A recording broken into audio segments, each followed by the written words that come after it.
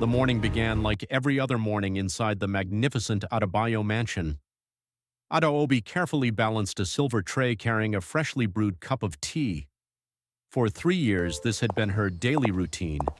Every morning, every single day, she would serve Madame Beatrice Adebayo before the rest of the household woke up. She smiled softly as she approached the bedroom. She had no idea that this morning would change her life forever. "Madam." There was no response. She smiled nervously. "Your tea is ready." Still, nothing. A strange feeling settled deep inside her chest. She slowly walked toward the bed. The curtains danced quietly as the morning breeze drifted into the luxurious room. Everything looked normal, except Madame Beatrice wasn't moving. Adaobi reached out with a trembling hand. The moment her fingers touched Beatrice's shoulder, her entire body froze, cold, ice cold. "No." She touched her again, the same terrifying coldness. Her breathing became faster. "Madam, please wake up." Please Nothing. wake up. Her hands began to shake violently. Madame! Then, the silver tray slipped from her fingers. The cup exploded against the marble floor. The sound echoed throughout the mansion. Adaobi stumbled backward, her eyes filled with tears. Then she screamed, "Help! Somebody help!" Within seconds, the mansion erupted into chaos. Vanessa Adebayo rushed upstairs wearing her silk robe. "What is all this noise?" Adaobi pointed toward the bedroom, unable to form complete sentences. "Madam." Vanessa pushed past her. Moments later, a heartbreaking scream echoed through the hallway. "Mummy!" Toby came running. "What happened?" Vanessa could barely breathe. "She's gone." Toby froze. "No!" He rushed into the room. Seconds later, he walked back out with tears streaming down his face. The impossible had happened. Beatrice Adebayo, one of Lagos's most respected businesswomen, was dead. Soon. The mansion was filled with confusion. Servants whispered among themselves. Security guards ran from one corner to another. Phone calls never stopped. Everyone wanted answers. But one person wasn't looking for answers. She was looking for someone to blame. Vanessa slowly walked toward Adaobi. Her eyes burned with suspicion. "What happened before you entered my mother's room?" Adaobi looked confused. "I brought her tea." "And then?" "Nothing." "Are you sure?" Adaobi couldn't believe what she was hearing. "What are you trying to say?" Vanessa didn't answer. She simply stared at her, a look so cold. It sent chills down Adaobi's spine. 3 days later, the mansion was filled with mourners. Luxury cars lined the driveway. Politicians arrived.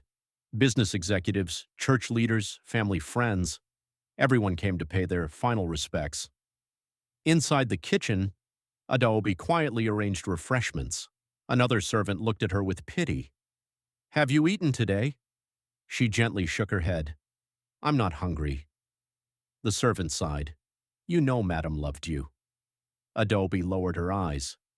"I know." Everyone in the mansion knew it. Madame Beatrice had always treated Adaobi differently. She protected her, encouraged her, believed in her.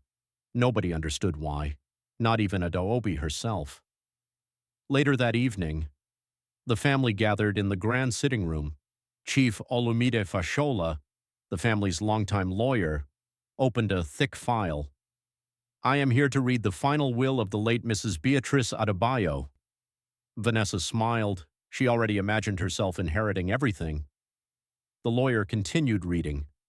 "The Ikoyi Mansion, controlling shares of Adebayo Holdings, investment portfolios, and every remaining financial asset shall be transferred to Miss Adaobi. Vanessa laughed nervously. "I'm sorry. Did I hear that correctly?" The lawyer nodded calmly. "You heard correctly." Her smile disappeared instantly. "The maid?" "The document is legally valid." "The maid?" Even Adaobi looked horrified. There must be a mistake. There is no mistake. The room exploded. Vanessa marched toward Adaobi. What did you do to my mother? Adaobi's eyes filled with tears. Nothing. What spell did you use? I didn't do anything. You expect us to believe that? Toby stepped between them. Enough. But the damage had already been done. Nobody trusted Adaobi anymore.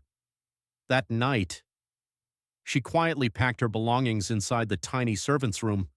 She no longer felt welcome. There was no reason to stay. A knock came at the door. Chief Fashola entered. You are leaving? Adaobi nodded. They hate me. The lawyer looked at her for a long moment. Then he spoke. There is something you need to know. She looked up. What is it? Madame Beatrice left special instructions. What instructions? I cannot tell you. Her face fell. Why? Because she asked me to wait. Wait for what? 1 week after the funeral. 1 week later. Adaobi sat inside Chief Fashola's office. A single envelope rested on his desk. He slowly pushed it toward her. This was left for you. She stared at it. What is it? A letter. From who? He looked directly into her eyes. From Beatrice.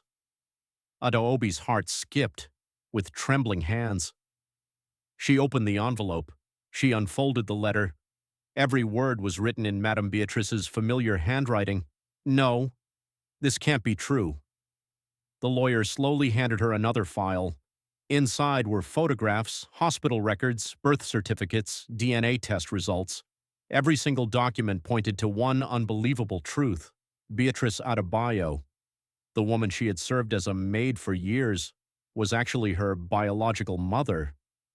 Adaobi could barely breathe. One question echoed through her mind. Why? The lawyer took a deep breath. It's a very long story.